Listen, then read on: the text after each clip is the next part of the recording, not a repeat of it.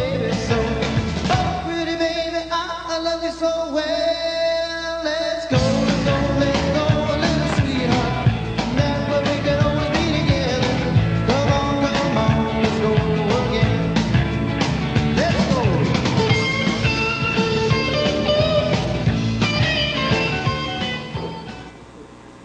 Bueno, ahora soy yo rockero aquí. Ustedes dirán, ¿y qué fue lo que le dijo? No fui yo que puse esa música. Es un jovencito buchú que trabaja aquí que se llama Rafaelito. Doctor Taveras. Hay que reírse, es mejor reírse. Eso es bueno para la salud también, ya que estamos hablando de salud. Señores, el doctor Taveras nos acompaña en este momento. Déjenme decirle, para los que no lo conocen, que deben ser muy pocas personas, que el doctor Taveras es un médico y graduado internista con especialidades en México, en Cuba, en República Dominicana, y es un experto cardiólogo, así que nos va a ayudar de verdad en algunas preguntas que tenemos aquí inmediatamente. ¿Por qué se produce la taquicardia, doctor? Bueno, el decir por qué se produce la taquicardia, entraríamos en un mecanismo fisiopatológico un poquito probablemente intrincado y difícil para la población en sentido general. Pero el decir que es una exageración de un estímulo simpático del corazón, entiéndase, lo que quiero decir es que el corazón tiene lo que se llama el sistema nervioso simpático y el sistema nervioso parasimpático. El sistema nervioso simpático estimula al corazón para que pueda latir. Entonces, cuando hay una exageración de ese estímulo, produce lo que se llama una taquicardia. La taquicardia es una frecuencia del corazón por encima de los parámetros normales. Normalmente la frecuencia del corazón late entre 60 y 100 latidos por minuto. Cuando está por encima de 100 latidos por minuto, eso se llama taquicardia. Ahora, el organismo se las arregla para tolerar una frecuencia dependiendo la edad.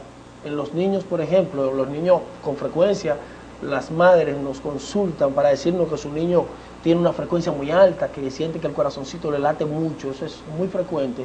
Cuando uno ausculta al niño, encuentra que el niño tiene 120, 130 latidos por minuto, que para un adulto es anormal, pero para un niño no, porque el sistema en el niño, el corazón tolera una frecuencia un poquito más alta que el adulto. En la medida que vamos avanzando en edad, nuestro organismo va tolerando cada vez menos frecuencia. O sea, si un niño tolera 130, 140 latidos por minuto con una facilidad extrema, un viejo ya no tolera eso. Un viejo con 140, 150 latidos por minuto puede caer en lo que se llama fallo circulatorio agudo y provocar un sinnúmero de afecciones. Eso es lo primero. Pero cuando una persona se sienta que está con, vamos a decir, una persona de más de 30 años, que tiene ese latido tan fuerte, porque yo he oído a muchas personas que parece que eso le da con mucha frecuencia a mucha gente por cualquier motivo.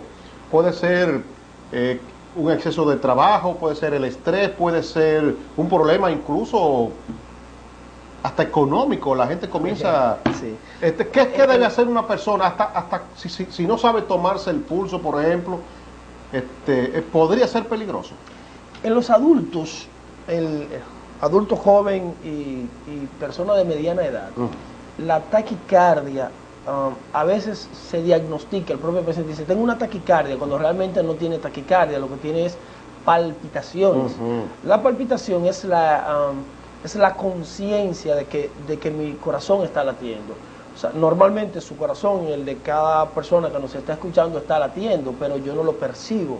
Entonces, cuando yo tengo la conciencia, cuando yo siento que el corazón me da latiditos, cuando yo siento que me da un saltito, como siente la persona, eso se llama palpitaciones. Entonces, el paciente a veces dice, tengo taquicardia, lo que tiene realmente son palpitaciones. Ahora, en el paciente joven, 30, 40 años, las palpitaciones o la taquicardia muchas veces es expresión de un estado de mucha tensión, mucho nerviosismo. Otras veces es expresión de alguna enfermedad subyacente. Por ejemplo, personas que tienen problemas con tiroides, que sufren de hipertiroidismo, tiende con mucha frecuencia a expresarse como una taquicardia. personas que están sometidos a labores muy estresantes pueden también tener taquicardia. Y esto, si la frecuencia no es muy aumentada, 110, 115 latidos por minuto, con un ansiolítico, con que el médico le prescriba un medicamento que es para disminuir el estado de tensión del paciente, con esto generalmente basta. Ahora, si esa sensación de taquicardia o palpitaciones es permanente, el paciente lo sigue sintiendo a pesar de que se calma, de que se va a la playa, de que se va a pescar, de que se fue de fin de semana con la familia, si eso continúa, quiere decir entonces que ya el médico tiene que verlo, tiene que evaluarlo, claro que sí, y entonces hacerle una prescripción de algunos medicamentos. Muy bien. Doctor, ingerir menos cantidad de alimentos, tal vez yo pienso la necesaria, hay personas que en vez de desayunarse, por ejemplo, con 3 sándwiches y un vaso de refresco grandote y una no sé cuántas cosas, si eso se reduce, si se reduce la comida al mediodía, si se reduce la cena lo más posible, ¿realmente le conviene eso al cuerpo humano? Bueno, hay una expresión muy vieja que dice que usted debe desayunar como un rey y cenar como un obrero. Como un obrero. Como un obrero, porque ordinariamente el rey debe tener muchas cosas y el obrero debe tener poco. Claro. Aunque a veces esa no es toda la verdad, porque a veces el obrero come mucho. Así es. Pero lo que esto quiere decir es que usted debe hacer un buen desayuno, una buena base, y debe tratar de que en la medida que el día avanza, la comida del mediodía debe ser lo suficiente para mantenerlo, pero no comer en extremo. Lo que debe comer moderadamente. No importa si es mucho o poco lo que se come realmente, lo que debe es haber un buen balance de lo que usted está comiendo. Porque usted puede comer poco, pero comer mal. Así usted puede comer mucho queso, un poquito de jamón, un poquito de salami, y eso realmente ser perjudicial para su salud. Entonces, no es si es mucho o es poco, es si lo que usted come realmente está bien balanceado. Muy bien. Parece que tenemos una llamada telefónica, doctor. Buenas tardes. Buenas tardes. Sí. Doctor, soy una persona hipertensa. He oído mencionar un medicamento que se llama Hipofil. ¿Perdón? ¿Qué se llama? Hipofil. Que eso es para las personas que le dan Doña, perdóneme, colesterol doña. un poquito alto. Excúseme, señora. Bájeme su televisor primero para que me pueda hablar y yo poder, porque no le escuchamos. Se llama Hipofil. Liposil. Y es para la persona cuando le sube el colesterol, tener las arterias limpias. Si eso es un medicamento que no tiene contraindicación, tiene que ser un médico que lo indique o uno lo puede comprar. Ok, gracias por su llamada telefónica. Doctor. Sí, el liposil es un medicamento hipolipemiante, es el término, o sea, hipo porque baja los niveles de lípidos en sangre. Está indicado sobre todo en los pacientes que tienen colesterol alto, pero sobre todo que los niveles de triglicéridos están elevados, o sea, niveles de triglicéridos, niveles de colesterol altos, sobre todo los triglicéridos.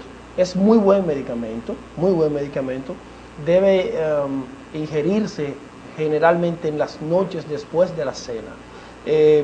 Contraindicaciones no tiene, salvo que en algunos pacientes, aquí que hay 8 millones de médicos, se vive indicando todo el mundo un poquito. Así es. Entonces a veces un familiar, un amigo le dice, bébete esto, y el otro le dice, bébete aquello. No debe combinarse con otro medicamento para bajar el colesterol, porque en algunos casos sí puede haber problemas cuando se usan 2 medicamentos para bajar colesterol juntos. Pero si no le está usando con ningún otro, es un medicamento muy bueno, que lo que tiene que hacer es que cuando termine el medicamento, hacerse un chequeo de sus niveles de colesterol y triglicéridos para saber si no necesita más. Exactamente. Doctor, hablando de colesterol, usted me trajo unas imágenes. Yo quisiera, por favor, que nuestro director de cámaras tenga la amabilidad de venir por aquí. Un momentito, doctor. Vamos a ver si podemos, porque yo quiero que el público, esto es muy interesante, para que el público nos pueda en este momento apreciar con nosotros.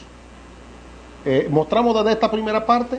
Sí, la intención era... Ok, vamos a ver, señor director. Vamos a poner esto en cámara primero. Y el doctor nos va a explicar. Ok. Doctor, ¿eso qué es? La aterosclerosis, como el término lo dice, Ujú. el término lo que quiere decir es esclerosis de las arterias o endurecimiento de las arterias. Bien. Esto viene dado, sobre todo, la causa número uno, a propósito de lo que la señora estaba preguntando, Ujú. es el depósito de grasa en la sangre que provoca que las arterias vayan endureciéndose, por un lado, y por el otro lado va, déjenme pasar la próxima para que se vaya viendo. Esta próxima vista señala que exactamente en esta región se puede ver donde ya hay un depósito de grasa, donde empieza a aparecer grasa en esta parte, lo que empieza a disminuir. ¿Dónde está esa rayita? Donde está la rayita aquí, donde se señala. Eso es colesterol. Esos son ya depósitos de colesterol a nivel de la grasa, a nivel de las arterias. Esto dice que ya este paciente tiene un tiempo manejando niveles de colesterol alto y que además no ha sido bien tratado, probablemente tiene una vida sedentaria y tiene una dieta, como estábamos hablando hace un ratito, que no es una dieta bien balanceada. Por eso yo insisto mucho en decir que es más que mucho o poco, es balancear bien la dieta. Cuando estos niveles de colesterol continúan aumentados en sangre, como puede verse, hay afección, ya no solo como se veía en la capa anterior, en la imagen anterior, no solo una afección de la capa interna, de la que llega a la luz del vaso, sino como en esta ya empieza a haber una afección de la capa media, de la parte más pegada al músculo de la arteria, lo que provoca que se empiece a alterar la geometría de esta arteria. Entonces, si esto no se puede resolver, si no se resuelven los niveles de colesterol, los niveles de triglicéridos, si el paciente sigue con una vida sedentaria, no hace ejercicio y no tiene una dieta adecuada, esto va a avanzar, esto va a evolucionar y va a provocar que el vaso prácticamente disminuya aún más el lumen. O sea, cuando digo lumen es la luz del vaso, ¿no? Como pueden ver, aquí ha crecido, ha aumentado los niveles de colesterol y prácticamente lo que queda es una pequeñita parte de lo que es la luz del vaso. Esto parecería una película o muñequito, pero eso es lo que realmente ocurre. Así es como sucede. Así es como realmente Entonces, ocurre. cuando eso llega a cubrir ese centro, ya se tapa la arteria. Cuando está en ese estado en que se puede ver, ordinariamente ya el paciente está teniendo molestias, el paciente siente que se está cansando, el paciente tiene a veces dolor de pecho, tiene una sensación de que cuando hace algún tipo de esfuerzo le dan molestias en el pecho en sentido general y que ha limitado su capacidad o su rendimiento al ejercicio. Esto es ya una etapa ominosa, es una etapa en la que el paciente puede en cualquier momento hacer lo que se llama una angina o un infarto. Si esto continúa, va a ocurrir una obstrucción completa de la luz del vaso, una obstrucción completa de la arteria, que es esto que ustedes pueden ver en cámara, y esto ya provoca lo que se conoce como un infarto agudo al miocardio. Esto porque al taparse completamente la luz del vaso, toda esa parte que se irrigaba por esa arteria no recibe sangre, y la falta de recibir sangre en esa región provoca que ese músculo, como es el corazón, que es un músculo, se muera. Entonces se muere esa parte del corazón y eso se llama infarto agudo del miocardio. Bueno, la verdad que es interesante esto, señores. Realmente muy interesante y yo espero que todo el público esté observando estas imágenes y escuchando estas explicaciones del doctor. Antes de usted retirarse, doctor, yo tengo una pregunta que ojalá podamos nosotros aprender algo inmediatamente también. ¿Cómo uno sabe cuando un niño nuestro, un niño de cualquier familia, o un jovencito, me refiero a 13, 14, 15 años, tiene problemas, por ejemplo, con la presión alta o con la presión baja? Normalmente la gente que es adulta es que dice que se siente cosas, pero ¿puede un niño sufrir de presión alta? Sí, Sí. sí puede, la verdad es que sí.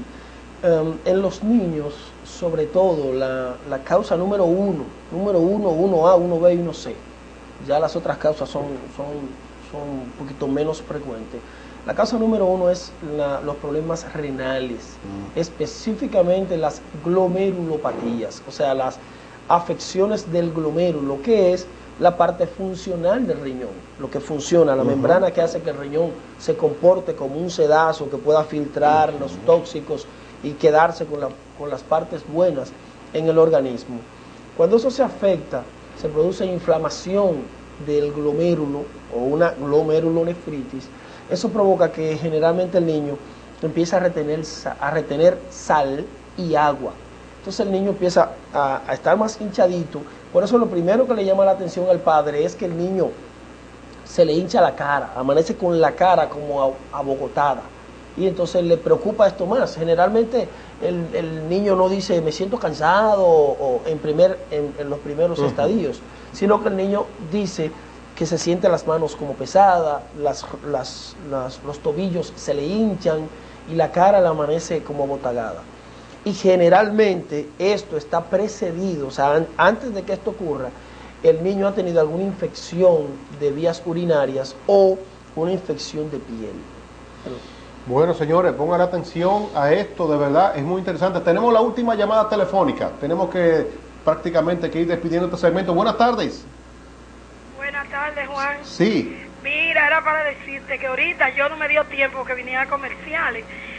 Este mundo no lo cambia nadie, somos nosotros los seres humanos que tengamos que cambiar, pero abrirle nuestro corazón a Jesucristo, que el que no está agarrado de Jesucristo no va a poder vencer en los seres humanos, porque tú estás trabajando, pero el otro está pensando cómo te puede joder, y tú haciendo por el mundo. Y entonces si nosotros no buscamos a Cristo y nos abrimos nuestro corazón, estamos perdidos. Mira, la luz se fue anoche, faltaban para las 12 y vino a las 7 de la mañana. Y yo tengo una muchachita de 11 meses, un par de gemelas, que no pude inyectarla mal, asfixiándoseme. ¿Por qué? Porque ¿cómo le iban a meter la jeringuilla al oscuro? Así es. Muchas gracias. Gracias a usted por su llamada. No, la verdad que este problema de la energía eléctrica tiene al pueblo al volar. Y eso produce mucha ansiedad realmente, y produce muchos inconvenientes. Y te ve mucha gente que va al médico por eso mismo, porque duerme mal, porque duerme incómodo, porque hay gente enferma que de noche tiene que tomarse algún medicamento o ponerse algún aparato de nebulización o qué sé yo, muchas cosas que no se pueden hacer, y entonces eso complica más realmente la condición de tranquilidad que debe tener un ser humano. Lamentablemente no sabemos cómo, yo sé que hay que pensar en Dios primero que todo, pero bueno, ¿cómo resolvemos este problema de la energía eléctrica? Eso es un asunto ya de político que sería muy amplio tratarlo, y lo vamos a tratar en otro programa que no esté el doctor, porque no queremos ligar política en esto. Doctor Taveras, muy amable. Siempre. Ojalá que sus pacientes el jueves próximo me le permitan estar aquí otra Yo vez. espero que sí.